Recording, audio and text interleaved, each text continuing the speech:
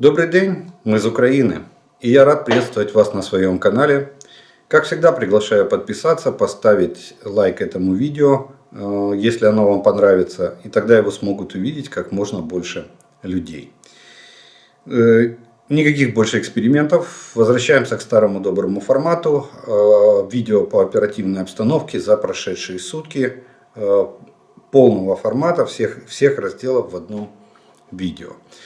Итак, оперативная обстановка. На календаре у нас 23 декабря, киевское время, 18 часов. И мы начинаем. Сразу скажу, что существенных изменений на линии фронта обстановка не претерпела. На Донецком направлении остается крайне тяжелой. Идут интенсивные бои. На остальных направлениях линия фронта стабильна, контролируема и особых изменений не претерпевает. Но тем не менее пройдемся по всем оперативным направлениям. Итак, за минувшие сутки враг нанес 6 ракетных ударов, 6 авиационных ударов, в частности по гражданским объектам в Харьковской и Днепропетровской областях. Также противник нанес более 70 огневых ударов из реактивных систем залпового огня. Одновременно подразделения сил обороны Украины отбивали атаки оккупантов в районах населенных пунктов Высокая Сумской области, Хатная в Харьковской области, далее в Луганской области целый ряд населенных пунктов был обстрелян. И были атаки со стороны российских войск, ну и огненная дуга, простирающаяся от Луганской области до Угледара Донецкой области. Почему Сумская область попала? Дело в том, что была попытка прорыва диверсионно-разведывательной группы. И в эти сутки и Сумская территориальная оборона вступила в бой. Диверсионная группа понесла потери, 2 убитыми, раненых они забрали с собой и отступили на территорию Российской Федерации. Так что и здесь тоже, к сожалению, кроме артиллерийских обстрелов, уже есть вооруженные провокации со стороны Российской Федерации. Признаков, а теперь по оперативным направлениям. Признаков формирования наступательных групп противника на Волынском и Полесском направлениях на сегодняшний день не выявлено. На территории Республики Беларусь военкоматы проводят проверки военнослужащих. Особое внимание уделяется старшим офицерам, находящимся в запасе. Старшие офицеры, как правило, не спасают ситуацию. Всегда огромный дефицит, и управляемость войсками зависит от наличия младшего офицерского состава. Младшего. Командиры взводов, командиры рот – это основа любой армии. Если их нет, командир бригады или командир батальона ничего не может сделать с войском. Ему приходится назначать этих людей на эти должности прямо из числа просто военнослужащих, как исполняющих обязанности. Поэтому опять вызывает сомнение качество подготовки белорусской армии. Возможно, это все идет в контексте того, что Лукашенко продолжает максимально снижать боевые потенциалы своей или боевые возможности своей армии, даже в вопросах мобилизационного резерва. На Сиверском направлении враг обстрелял из зенитных ракет районы населенных пунктов Черниговской и в Сумской областях. Это кроме того, что в Сумской области была попытка прорыва ДРГ противника. На Слобожанском направлении обстрелы были из танков, минометов и артиллерии населенных пунктов в Харьковской области. На Купянском направлении продолжаются позиционные бои. Это по-разному называют Сватовское направление, Купянское направление. Враг при поддержке танков пытался выбить вооруженные силы Украины из Новоселовского, потерпел неудачу, понес потери и отошел на исходные рубежи. Также были обстреляны населенные пункты на всю глубину досягаемости российской артиллерии, вплоть до Лиманского направления. То есть от Купянска до Лимана противник обстреливал не только наши позиции, но и населенные пункты. Бахмут. Это продолжается ситуация очень сложная в городе и вокруг, вообще на направлении, бахмутском направлении, но контролируемая нашими вооруженными силами. Наши подразделения нанесли удар по матрасному заводу.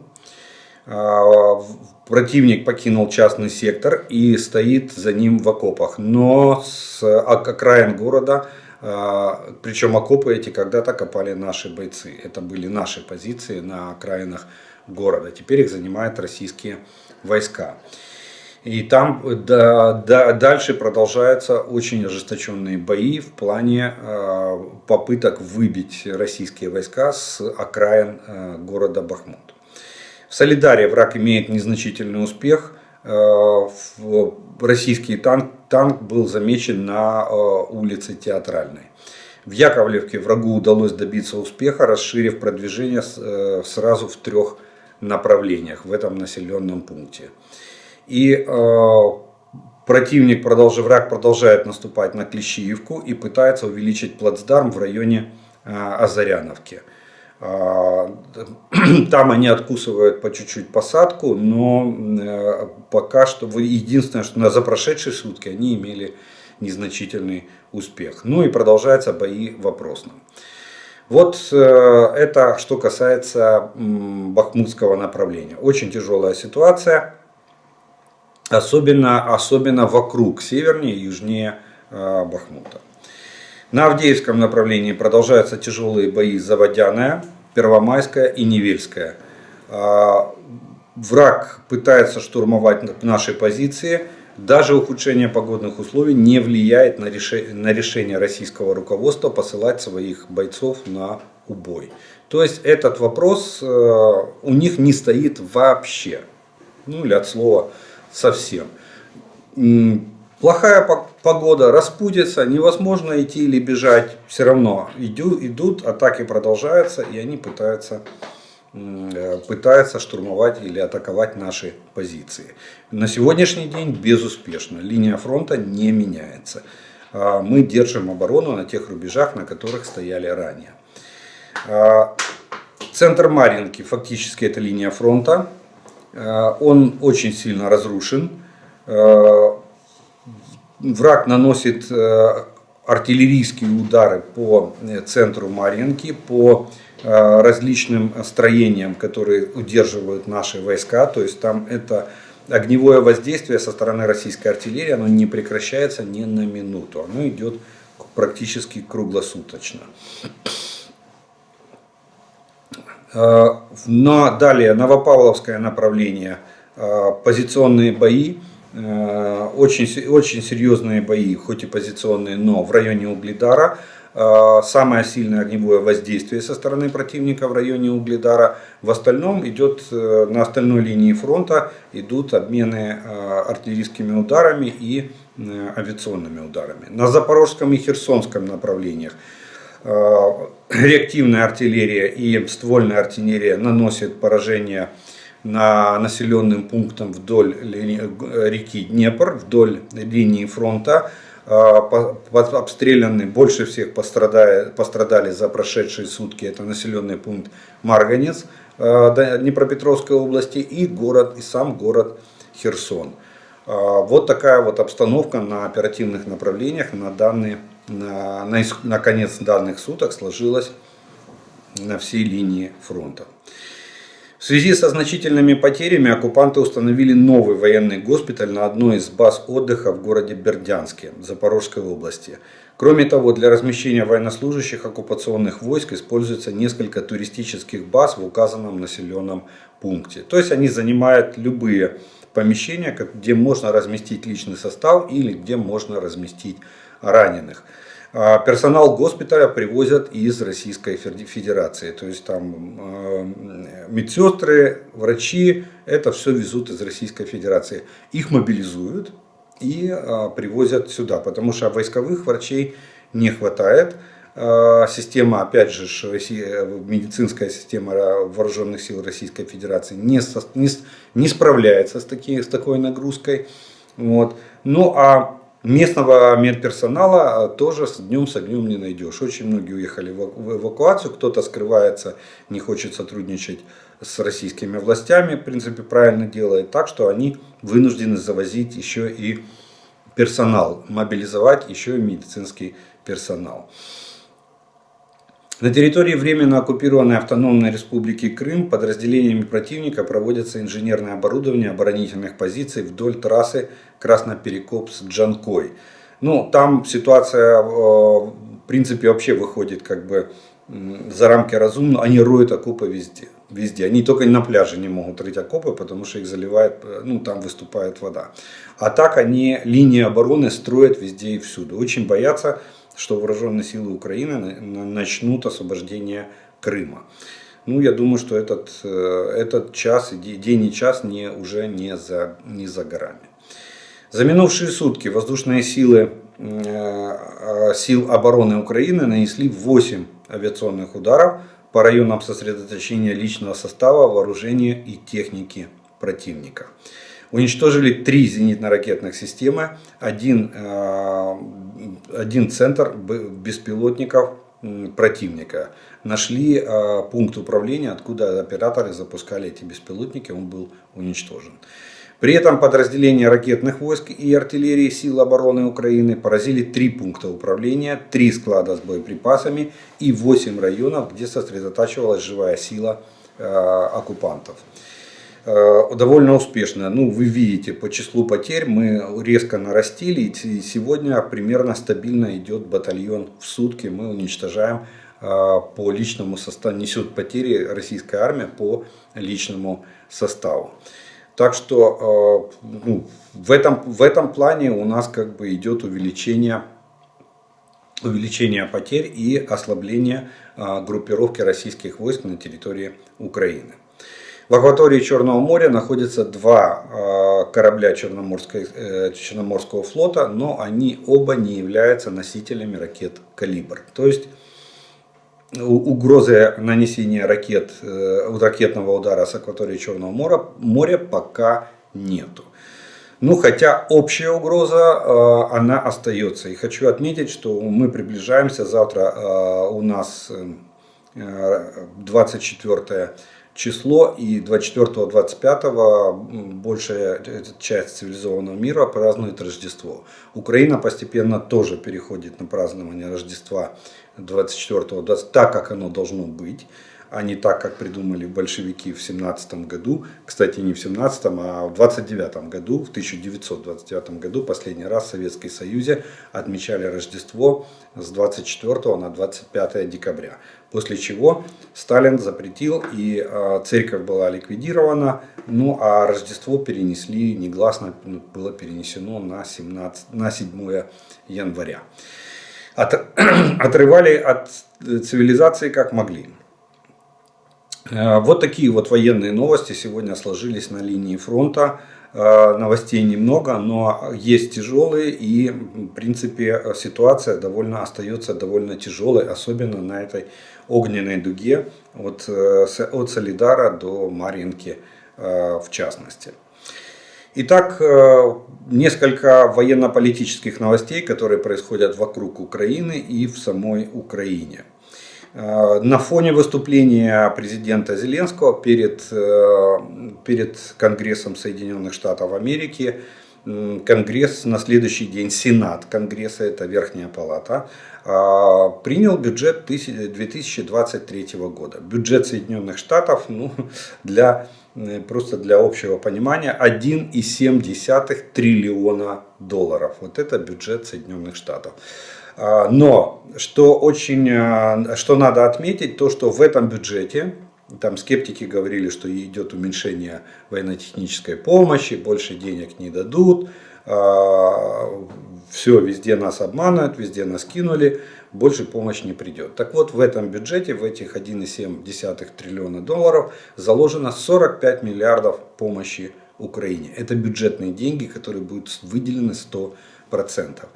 И также еще могут быть внебюджетные средства, которые президент Соединенных Штатов может запросить у Конгресса в повседневной деятельности.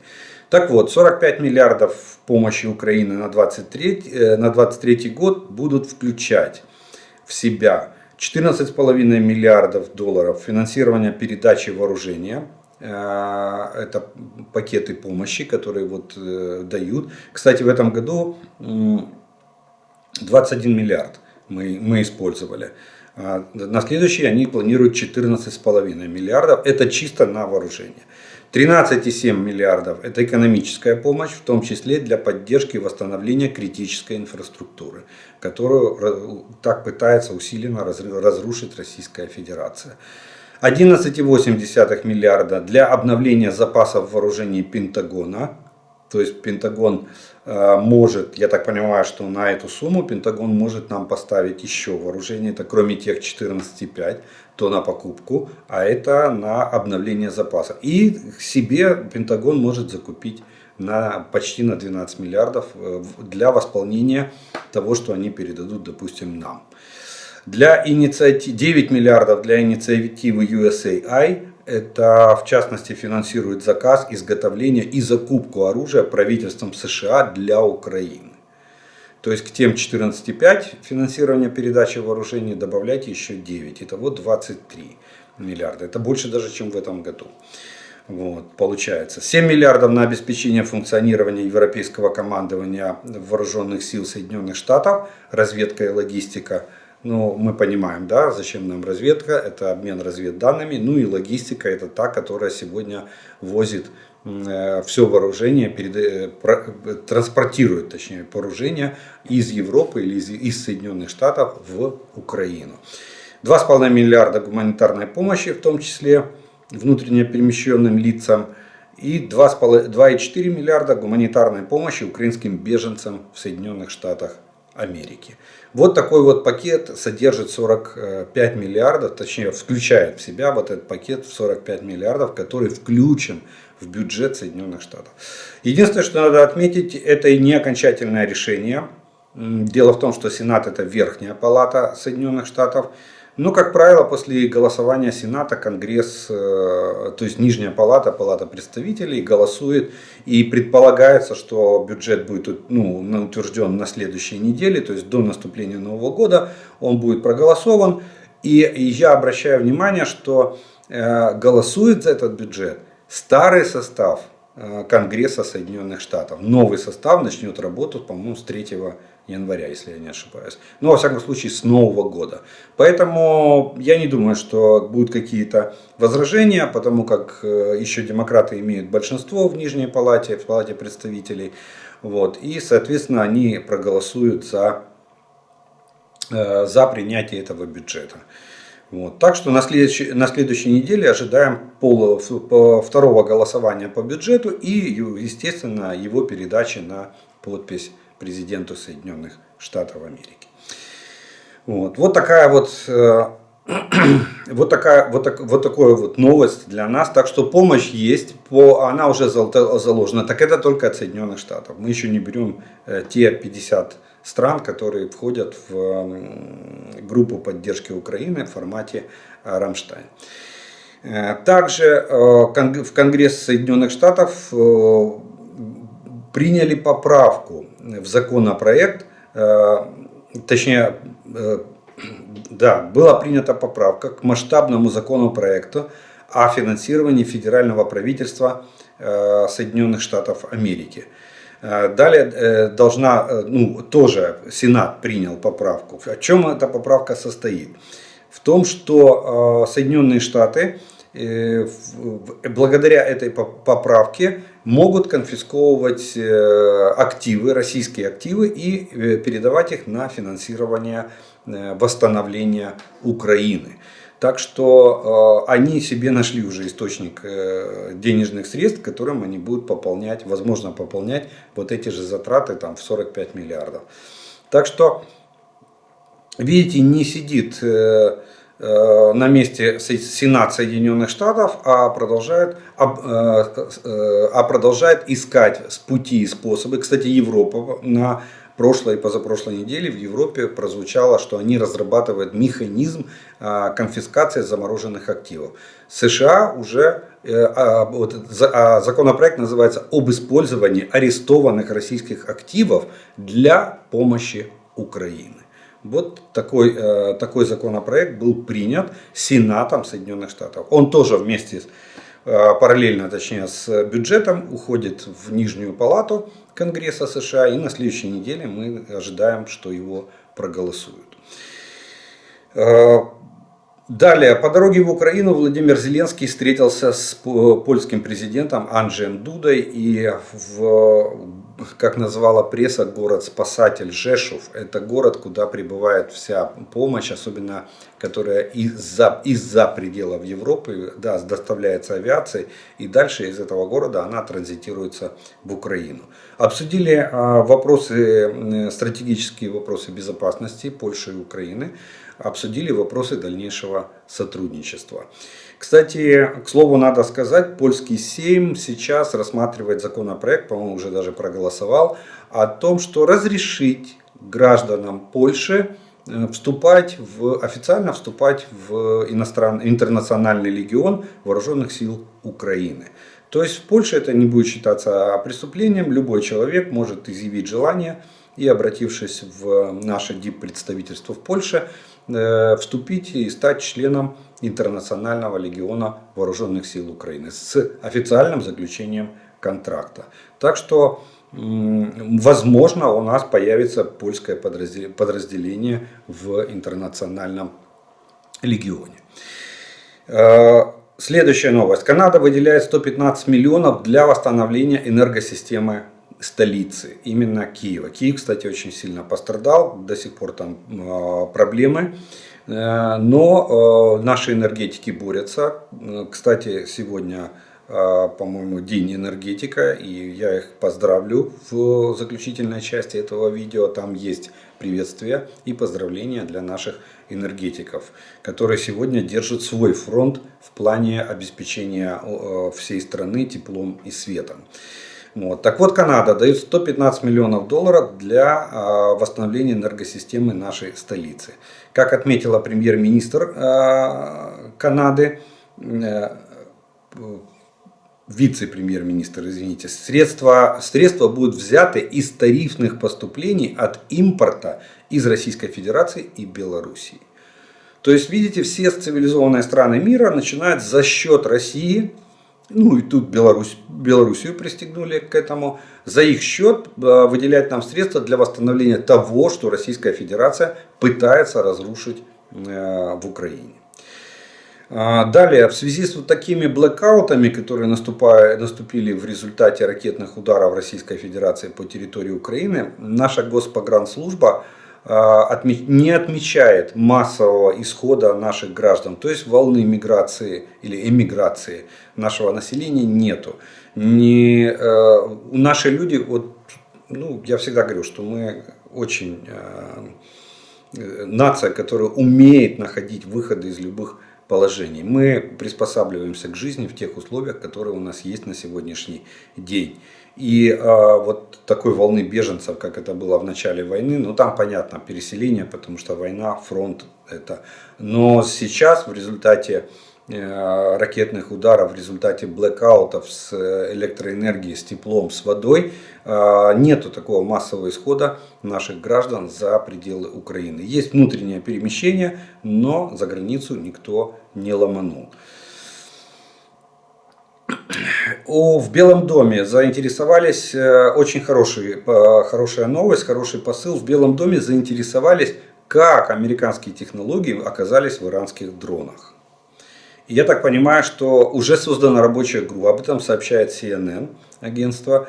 И уже создана в Соединенных Штатах рабочая группа, в которую вошли такие ведомства, представлены в этой рабочей группе, такие ведомства, как Пентагон, Госдеп, Минюст, Минторг и Минфин США. Ох, горе будет той компании, которая выяснится, которая продавала военные технологии или современные технологии иранским компаниям, и они сейчас используются для производства иранских дронов типа «Шахед». Вот. Почему? Потому что, судя по перечню министерств, которые туда вошли, они эту компанию просто разберут на молекулы. А у них это законодательство подразумевает. А такие организации, как разведка, финансовая разведка, вот кто не знает, Министерство финансов Соединенных Штатов имеет собственную собственную разведорган.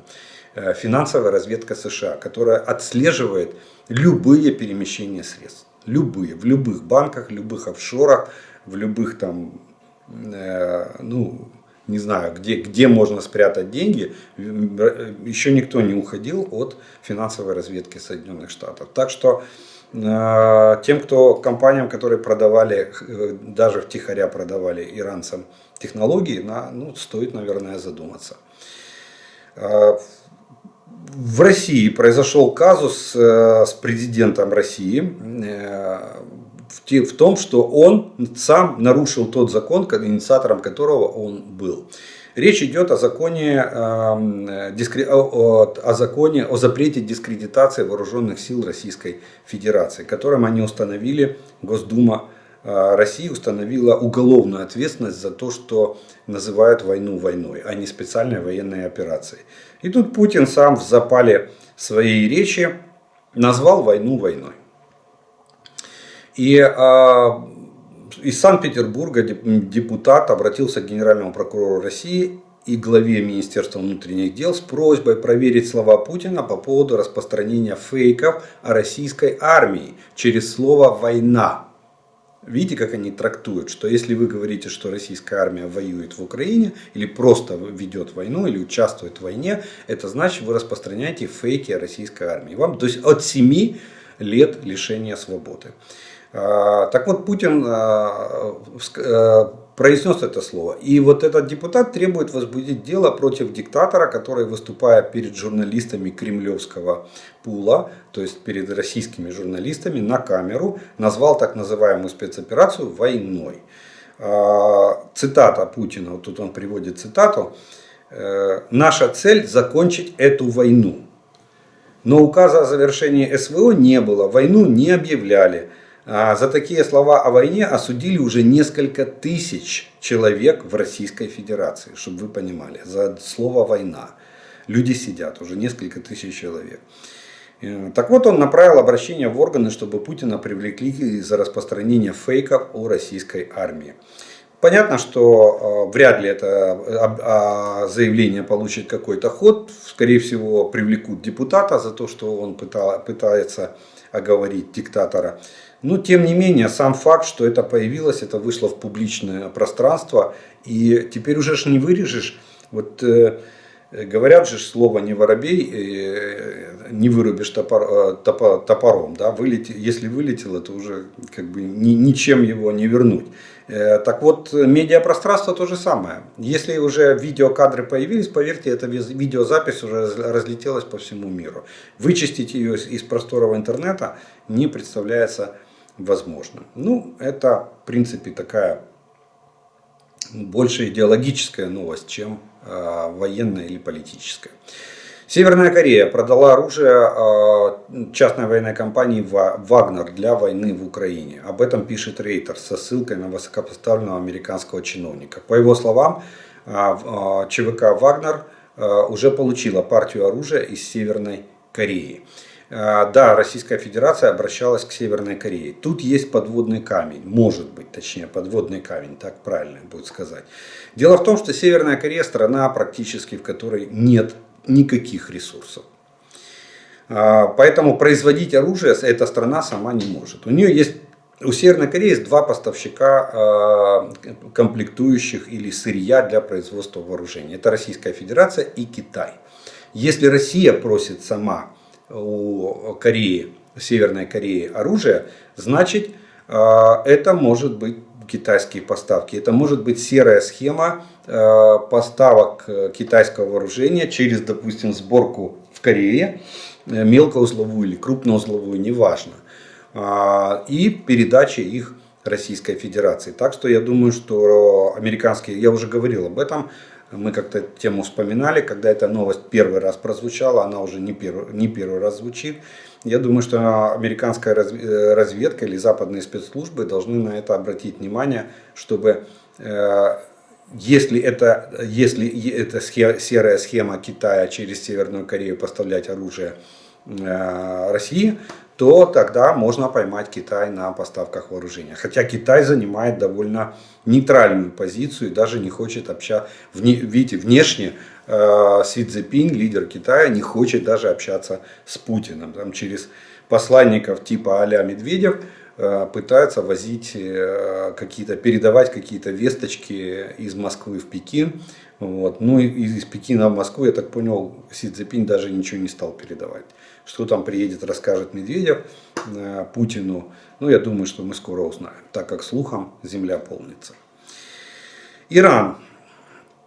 В Тегеране очень сильно озаботились выступлением президента Зеленского в Конгрессе Соединенных Штатов. Министр иностранных дел Ирана выступил с опровержением, что никакого оружия мы никому не поставляем.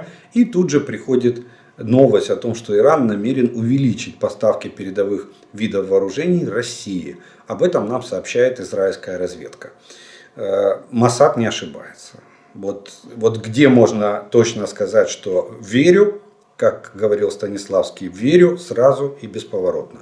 Это Моссад. Если Моссад сказал, значит они знают на 100%.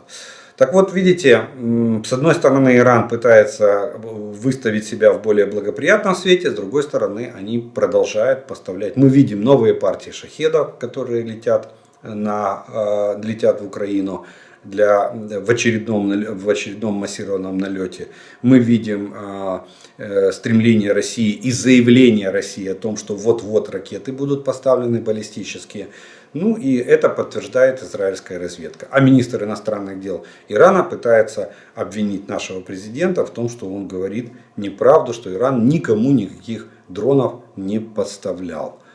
Вот. Откуда же они тогда взялись в России? Но формулировка была, наверное, и очень интересная, что Иран даже с угрозой, министр иностранных дел Ирана, даже с угрозой он там произнес эти слова, он сказал, что стратегическое терпение в таких обвинениях, как высказаны были президентом Украины, что стратегическое терпение у Ирана заканчивается. Что это означает? Ну, очень сказать трудно, расшифровать мысль, которую он хотел донести этой фразой. Ну и вот процитирую главу израильской разведки Моссада Давида Барнеа. Он сказал, что Тегеран имеет далеко идущие планы по расширению поставок передовых систем вооружения Российской Федерации. При этом он пытается скрыть эту деятельность под завесом секретности. Вот такие вот планы у Ирана, вынашивает Иран в отношении России и в отношении передачи России своих новейших вооружений. А это дроны в основном и баллистические ракеты. Ну что ж, вот такие военно-политические новости произошли за прошедшие сутки в Украине и вокруг нашей страны.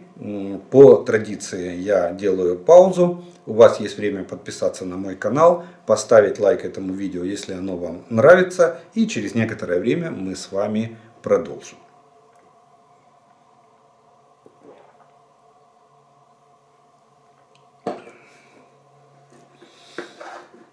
И как обычно, по традиции продолжим мы вторую часть нашего видео. Это ответы на ваши вопросы, которые вы прислали. И первым вопросом сегодняшнего дня будет следующий. Как авиация может наносить удары по системам противовоздушной обороны, если ПВО должно их сбивать? Как это происходит? ПВО может атаковать с воздуха только противорадарными ракетами или есть какие-то другие способы? Или все зависит от времени реакции ПВО и расстояния нанесения атаки? Расскажите об этом, пожалуйста, подробнее, потому что, если честно, я не очень понимаю, как этот процесс успешной атаки на ПВО вообще возможен. Ну а как ведется контрбатарейная борьба артиллерии? одна артиллерия давит другую. При этом дальность досягаемости примерно одинаковая. У кого больше, тот имеет преимущество.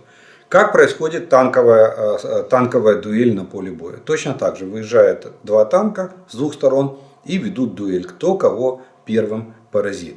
Попадет в то место, которое выведет танк из строя. Точно так же авиация и ПВО. Они видят друг друга, они пускают по друг другу ракеты.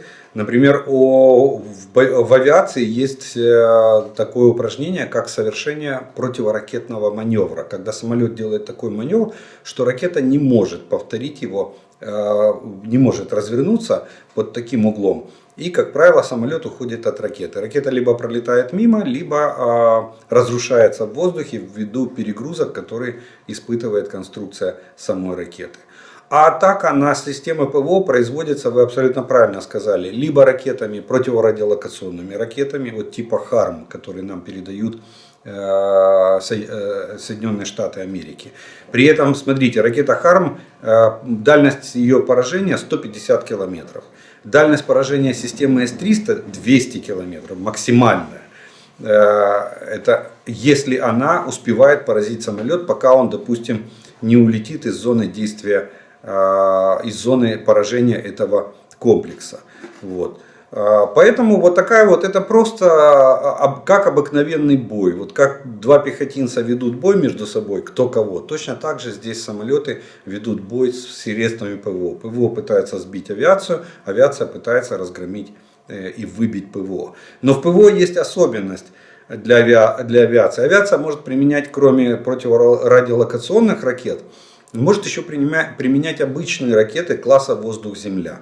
Или авиационные бомбы, если она может подойти близко к позициям систем ПВО. Кстати, вот эти комплекты умных бомб сегодня могут нашей авиации помочь сбрасывать бомбы, в том числе на объекты ПВО противника, на объекты ПВО российских войск, для их подавления или уничтожения.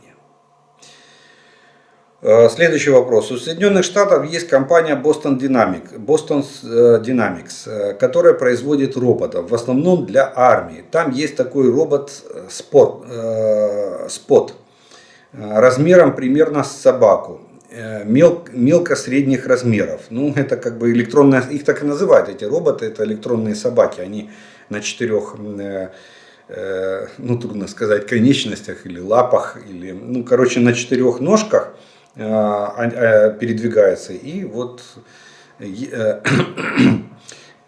так вот, я видел видео, где на такого дружка крепили АР-15 и одноразовый пехотный гранатомет. А что если крепить на такого что-то потяжелее, например, Panzerfaust 3 или АТ-4 для борьбы с танками, особенно такими драндулетами, как Т-60, чтобы не рисковать пехотой и не тратить дорогие джевелины и стугны. С уважением, зрители из оккупированной фашистами России. Дело в том, что, ну, во-первых, давайте начнем с того, что у нас этих собак, электронных собак нету, к сожалению, вот этих маленьких роботов.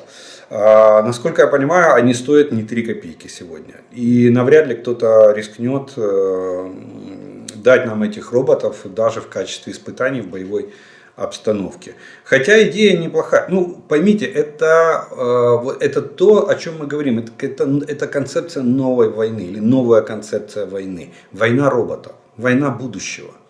Вы знаете, что эти роботы уже охраняют военную базу Соединенных Штатов, которая находится в районе размещения золотохранилищ Соединенных Штатов Америки. То есть эти собаки электронные патрулируют вместе с часовыми или с патрульными, которые охраняют эту базу. Да, на них может устанавливаться вооружение. Вопрос только, да, на них может устанавливаться и более серьезное. Гранатомет они уже испытывают, пистолет они испытали, винтовку штурмовую испытали. Есть, по-моему, вариант снайперской винтовки на вот этой собаке электронной. Вот. Так что вполне возможно, что они для себя это сделают. Но на сегодняшний день таких данных, чтобы Boston Dynamics использовала наше поле боя в качестве полигона для испытания своих собак, таких данных в открытых, во всяком случае, источниках не наблюдается. Хотя идея хорошая. И еще раз повторюсь, это концепция новой войны будущего, которая может уже стать реальностью в ближайшее десятилетие. Переход на роботизацию. Смотрите, арт-системы, полный автомат заряжания, танки, полный автомат заряжания, рассматривается концепция с необитаемой башней. Вот эти вот роботы, колесные платформы, беспилотники, это что же, тоже роботы, только летающие роботы. И везде операторы сидят где-то в сторонке, наблюдают и управляют этими роботами. Следующий вопрос. Дякую за інформацію. Питання. Як росіяни пристосувалися до хаймерсів? Ніхто про це не говорить. Они никак не приспособились. Как россияне приспособились к хаймерсам? Никак. Никак. В этом их проблема и наше преимущество. К хаймерсам никто не может приспособиться. Все, кто находится там в зоне досягаемости хаймерсов, ходят и оглядываются днем и ночью. Даже видите, особенно по местам сосредоточения живой силы и там, где они делают вот эти вот перевалочные базы мобилизованных, которые едут на фронт, они там даже спать спокойно не могут, потому что прилетает. И я скажу, что тенденция идет к тому, что прилетает, как уже чаще и чаще прилетает по этим местам скопления пехоты. И там огромнейшие потери. Невозможно приспособиться к хаймерсам. Хаймерс на 80 километров летит там чуть около минуты. Минута. Кто засекает пуски хаймерсов, если он стоит на удалении 10-15 километров от фронта? Его не слышно. Его можно увидеть только там в предрассветном небе, увидеть шлейф. И то при хорошей видимости с 10 или с 15 километров с линии фронта могут увидеть. Но они же не знают, куда полетел хаймерс. И, кстати, несмотря на то, что пресс-служба Министерства обороны России уже сообщила, что они уже уничтожили, если собрать все в кучу, они там тысячи хаймерсов. У нас несколько десятков, они тысячи уничтожили этих хаймерсов. Вот, на сегодняшний день. Так они их боятся. Но в российских войсках сложилось четкое, жесткое понимание, что хаймерс это непредсказуемое оружие. И они боятся его. Поэтому никто никак не смог приспособиться к хаймерсу. Добрый вечер. Привет из Староконстантинова. Вопрос. В публикуемой сводке о потерях техники Российской Федерации входит техника, захваченная вооруженными силами Украины или брошенная в исправном состоянии. Тут, наверное, вопрос. Входит техника? Да, входит.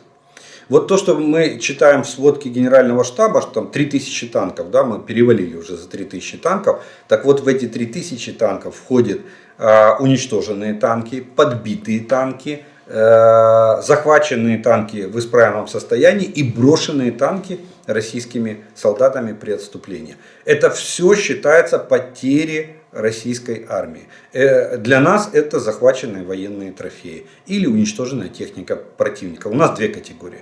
Либо это трофей, потому что мы его забираем, ремонтируем и используем, или просто используем.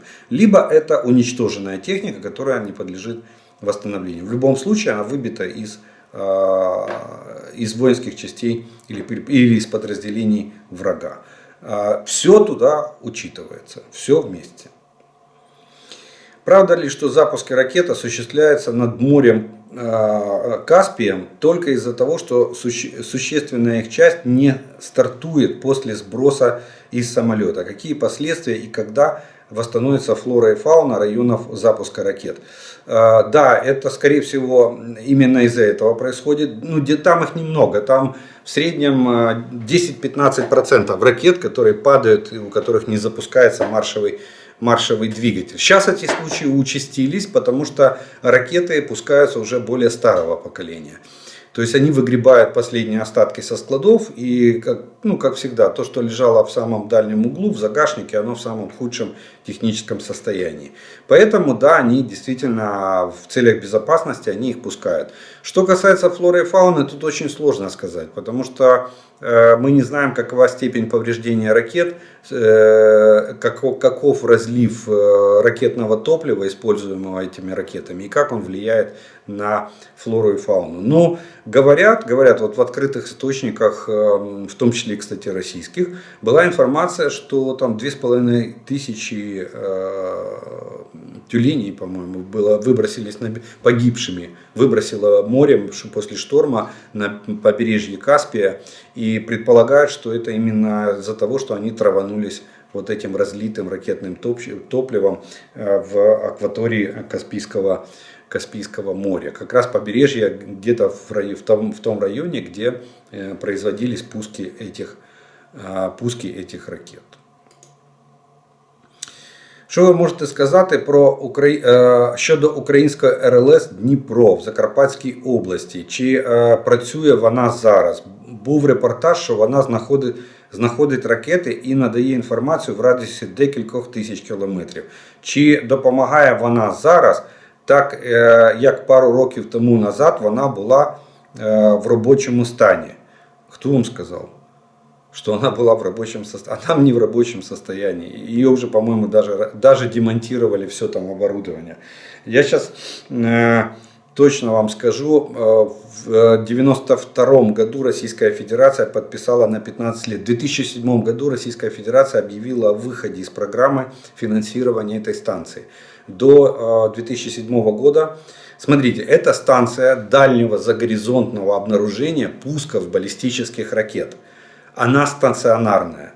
Она представляет собой монолитобетонную конструкцию, 250 метров вправо, 250 метров влево. Это экраны станции высотой 12 метров, на которой расположены антенны и излучатели.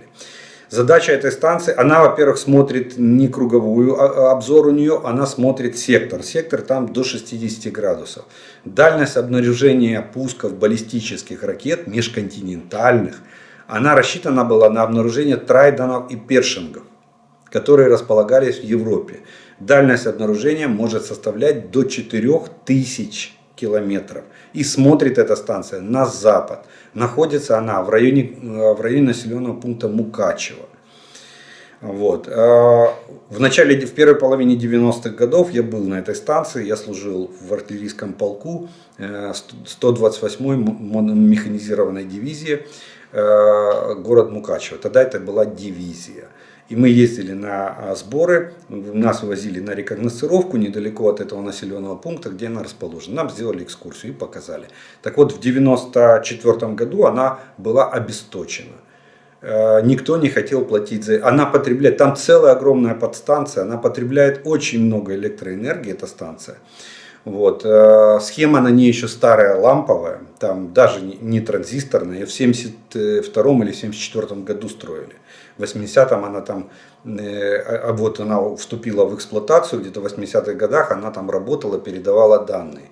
Россия в 1992 году подписала договор о том, что они будут финансировать эту станцию, и она за деньги Российской Федерации до 2007 года работала и передавала данные в спарринге с Севастопольской станцией. После этого Россия в 2008 году объявила о выходе из этого договора, прекратила финансировать, мы все отключили, и дальше пошел демонтаж этой станции. На сегодняшний день там, я не уверен даже, что сохранились бетонные конструкции самой этой станции. Вот. Так что она нам никак не может помочь. Она смотрит в другую сторону и предназначена абсолютно для других вещей. Для межконтинентальных баллистических ракет и обнаружения их пусков. А, кстати, после захвата Крыма в 2014 году российское командование военное объявило, что они немедленно приступят к восстановлению Севастопольской станции, которая находится под Севастополем. Тоже Днепро. Это две аналогичные станции, это не два близнецы-братья, эти станции. Вот. Но в 2016 году она должна была встать в строй. После ее осмотра россияне сказали, что Нет, она не подлежит восстановлению, она подлежит только демонтажу. Это станция. И вообще вся эта система Днестр, Днепр, вот эти вот станции дальнего обнаружения, они все были направлены на запад, они все сегодня уже не эксплуатируются. Они все уже устарели, их надо модернизировать. Или надо что-то строить современно, или модернизировать эти. Они очень энергоемкие, они на старых схемах, со старыми процессорами и так далее и тому подобное. Добрый вечер. Видел в видео установку против танков. Она невелика в размерах и стоит на 3 ногах с наклоном ствола. Когда едет танк, она определяет откуда и пускает в ту сторону снаряд. Это своими словами. Если вы поняли, о чем речь, прошу рассказать об этой штуковине. Скорее всего, не могу утверждать точно, потому что описание очень приблизительно, но скорее всего вы видели пусковую часть тяжелого переносного ПТУРа Стугна-П. У него тренога, на которую ставится контейнер с ракетой. ПТУР — это противотанковый управляемый ракетный комплекс, ПТРК Стугна. И у него тренога отдельно, она ставится на удалении, а оператор с блоком управления находится в укрытии. И вы его не видите. Подцепили контейнер с ракетой, на треногу установили, ушли в укрытие, смотрят на экран, наводят на цель. Как только происходит захват цели, контейнер наводится в том направлении, где едет танк, и производится выстрел самой ракеты, противотанковой управляемой ракеты. И она пошла на танк. Вот то, что вы видели. Так что, скорее всего, по вашему описанию, это очень подходит на пусковой станок комплекса Стугна, противотанкового ракетного комплекса Стугна-П. Правда ли, что С-300 Земля-Земля модернизировали до 150 км дальности? На сегодняшний день, к сожалению, таких данных нету. Мы точно знаем, что на 70-75 километров эта ракета может лететь. Некоторые источники дают, что она может лететь до 100 километров, в зависимости от расположения радиолокационной станции, оператор которой должен подсвечивать цель и вести эту ракету на цель.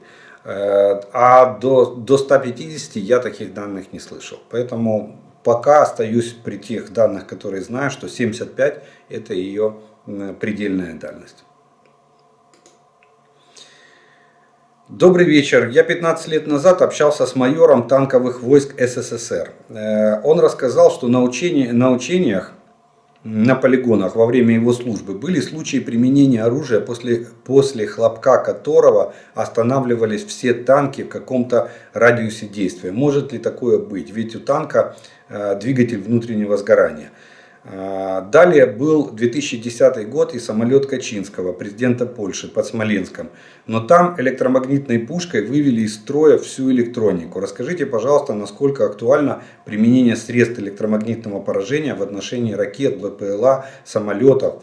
Расскажите, пожалуйста, о нестандартных для нас, как обычных обывателей, видах вооружений и технологий. Есть ли такие, которые известны вам и очень бы нам помогли? Но вы просто не вправе их называть. Противоречие в самом вопросе по поводу того, что расскажите, если вы не вправе их называть. Так не бывает. Либо рассказываем, либо не рассказываем. Смотрите, давайте так. То, что вам рассказал танкист из советских вооруженных сил по поводу сильного хлопка и когда вся техника останавливается, такие учения проводились. Это называется тренировка войск по действиям в условиях применения ядерного вооружения. Есть такой боеприпас, это инженерный боеприпас, он закладывается заранее, называется имитатор ядерного взрыва. Он действительно дает очень сильный хлопок, от него слышимость огромная. И когда его подрывают, по вот этому хлопку, за счет того, что ударная волна и звуковая волна довольно далеко распространяется, на бронетехнике срабатывает ПАЗ. система ПАЗ, противоатомная защита. Она предусматривает остановку двигателя на какое-то определенное время, обесточивание бортовой сети, то есть выключение массы, то есть чтобы все было обесточено.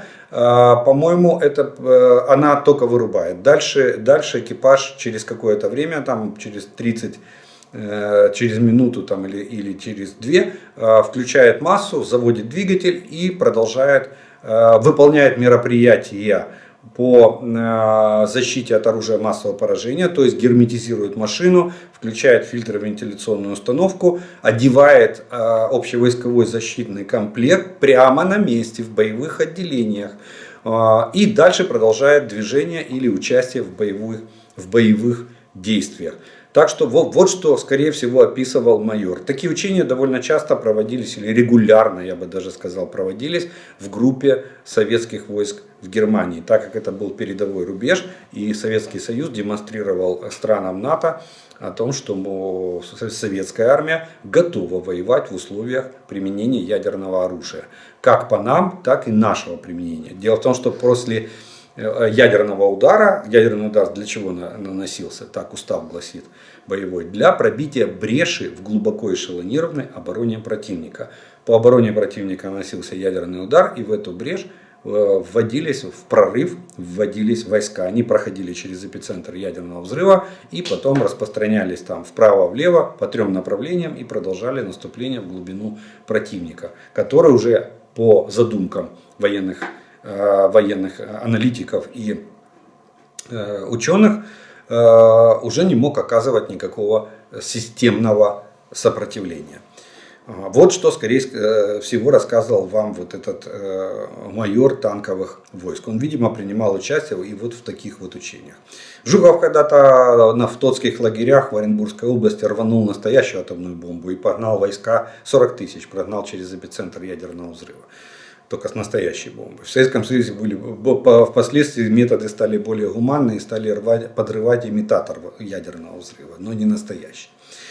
Что касается энергетических пушек и других видов суперсовременных, или там, будем говорить так, на уровне космических вооружений, там, Звездных войн, да, оружия, то на сегодняшний день я уже рассказывал, с энергетическими пушками проблема. Потому что они пока очень слабенькие и ближнего радиуса действия. Самый простой пример – это противодроновые ружья. Это переносные комплексы радиоэлектронной борьбы. Они дают пучок, направленный пучок волнового излучения, который выводит из строя или глушит сигнал беспилотника, или выводит бортовую электронику этого беспилотника из строя. Соответственно, беспилотник падает. И таким образом его выводят из строя. Более серьезные разработки, к сожалению, их нету. И многие страны от них отказываются. Потому что на сегодняшний день потеря мощности сигнала, она несоизмерима с дальностью его распространения. Это раз. И второе, никто до сих пор не открыт секрет монохроматизма, распространения волновых волн любого типа, начиная от световых, заканчивая электромагнитными. То есть они распространяются сферически в разные стороны. Они не идут направленным параллельным лучом. Чтобы для понимания, самый современный лазер, который там на Земле имеет выходной диаметр луча 1 мм, на поверхности Луны будет давать пятно диаметром 18 километров. Вот чтобы вы понимали. То есть рассеивание лазера. И, кстати, и лазерные программы почти все страны свернули, кроме Израиля. Израиль тестирует в системе «Железный купол», тестирует лазерные пушки для борьбы с летящими и со стороны противника ракетами, снарядами там, и прочими. Кстати, Джон Фейджеральд, это последний авианосец, точнее крайний авианосец, который стал в строй военно-морских сил Соединенных Штатов, это самый дорогой, который там обошелся, по-моему, 4 миллиарда долларов, который строили 11 лет, вот, или наоборот, 11 миллиардов и строили 4 года. Так вот, он имеет штатные места для установки лазерных пушек. Но они до сих пор, их сейчас разработали, они ставят, но они ближнего радиуса действия. Они работают в системе ПВО этого авианосца. Но на данный момент данных, что эти пушки уже установлены, нет. Эти пушки пока что проходят испытания. Насколько успешные, сказать очень сложно. Общую программу лазерного вооружения Соединенные Штаты, по данным открытых источников, свернули.